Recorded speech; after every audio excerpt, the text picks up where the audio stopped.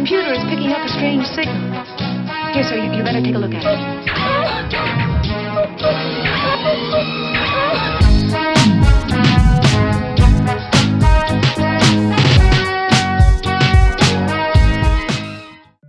Hello listeners, and welcome to another episode of Life Through a Prism with your host Rob Tierney, episode 46.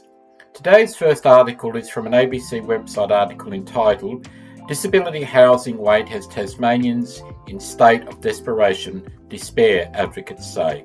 This is by Alexandra Humphreys and Meg Wetfield, dated Friday the 20th January 2023. Judy Marlowe has called her private rental in Tasmania's northwest home for almost a decade. But since an injury and ongoing complications left her dependent on an electric wheelchair a few years ago, moving around inside it, let alone getting out of it, has become a constant struggle. It's an old house, Miss Marlowe said. It's got a step down to the laundry bathroom and outside. It's an electric wheelchair, it's 80 kilograms. You can't drive them outside the house without ramps, so I've been locked in. Getting around to specific rooms also presents a challenge. I have to transfer out of my wheelchair onto a little stool with wheels because the wheelchair can't go into the bathroom, only into the bedroom or the lounge. And the bathroom's like an old 1950s one with a shower bath. It makes my life a lot more of a struggle. With a landlord wanting to sell the house, installing a permanent ramp hasn't been an option, with a temporary ramp installed just last week setting it back $1,800. Renting a property in an Australian capital city is set to become harder in 2023 as an increase in demand and lack of supply drives up rental prices. But is more property investment the answer to the crisis? Ms Marlowe is on the wait list for public housing, including as a priority applicant for 18 months. But with no indication of when accessible public housing might be available, she says she feels helpless. My landlord has been very patient because he knows I'm doing everything I can to get social housing, she said. But I'm just worried. I'm in a powered wheelchair. I can't see myself living in a tent. I can't drive anymore. I can't live in my car, and I have no relatives to stay with. I'm on my own, and it's very scary. The waitlist number growing. Ms Marlowe is part of an increasing cohort of vulnerable Tasmanians waiting for public housing, with the number of women with a disability on the waitlist having close to doubled between 2017 to 2018 and September 2022, according to figures tabled by the government last year. The data showed in 2017 to 18, 494 women on the housing register were living with disability. As at the end of September 2022, that number was 867. Beck Bradford from Advocacy Tasmania works with clients in similar positions to Ms Marlowe regularly. She said one of the common things her clients are seeking is insight into where they are in the queue for public housing, but that's not something she can shed light on.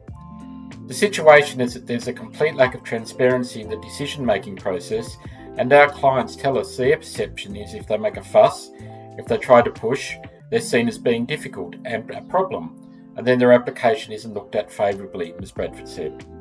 They've got all the medical evidence to support their needs for housing, and they don't understand why they haven't been given answers about what more they need to do.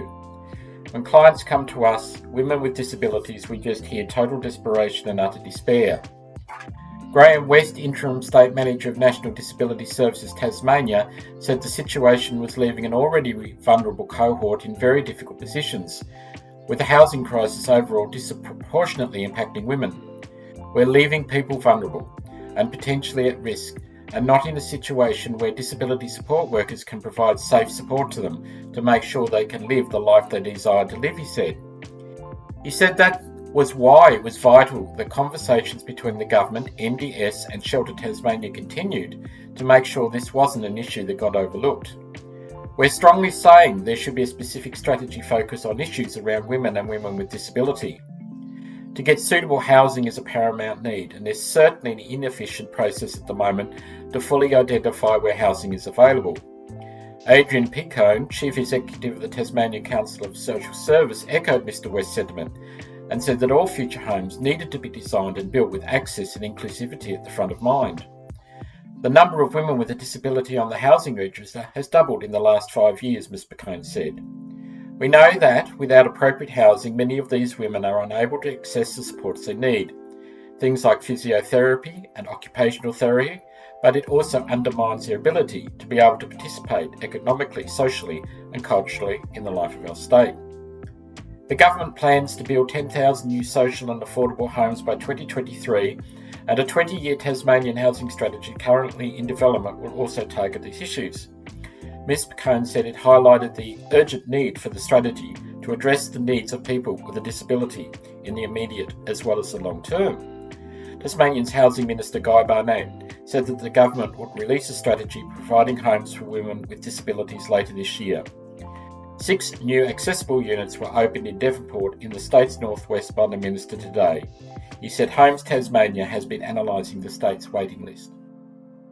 Okay, listeners, so let's fast forward to the 1st of the 11th, 2024. From the Disability Voice. Delay in accessible housing standards unacceptable. This was by Tasmanian Times, posted on November 1st, 2024. A media release from Disability Voices Tasmania, 1st of November 2024. Delay in adoption of new accessible housing standards unacceptable. A decision by the Tasmanian Government to delay the implementation of important changes to improve housing accessibility has been criticised by Disability Voices Tasmania. Changes to the National Construction Code in 2023 introduced requirements for all new housing to include features such as a stepless entry, wider doorways and corridors, toilets that could be easily changed to include guard rails and showers without a step. These necessary features were brought in after years of lobbying by the disability and ageing sector, said Michael Small, Chair of Disability Voices Tasmania. They are designed to ensure safer, more accessible and easily adapted homes to help in dealing with the ongoing crisis faced by disabled and older Tasmanians requiring more accessible features in housing. While the Tasmanian Government agreed to adopt the changes, the building industry was given an additional year to get ready through the provision of training and resource development. Our view was that the new requirements could have been adopted in 2023, but we were able to accept the delay until 1 October 2024, if it meant the changes would be properly implemented, said Mr Small. We were extremely disappointed to find out just a few days before 1 October that there would be a further delay of up to 2 years for full adoption of the changes. We hear constantly from disabled Tasmanians that housing is not appropriate for their needs and accessible housing is difficult or impossible to find. From the information available to Disability Voices Tasmania, it appears that the Minister responsible for housing decided on the delay following lobbying from one of the building industry bodies. There was absolutely no consultation with the disability and ageing sector, and we only found out about the change by chance, said Mr Small. The decision flies in the face of the government's commitment to engage with and include people with disability on matters of concern. Disability Voices Tasmania has contacted Mr Ellis, who is the new Minister responsible for housing, with an invitation to a meeting to discuss these issues and more. Okay, listeners, so now I'm just going to stand now on my Prism soapbox and ask a question. Has not the building industry heard of the curb cut effect? I covered this in episode 44.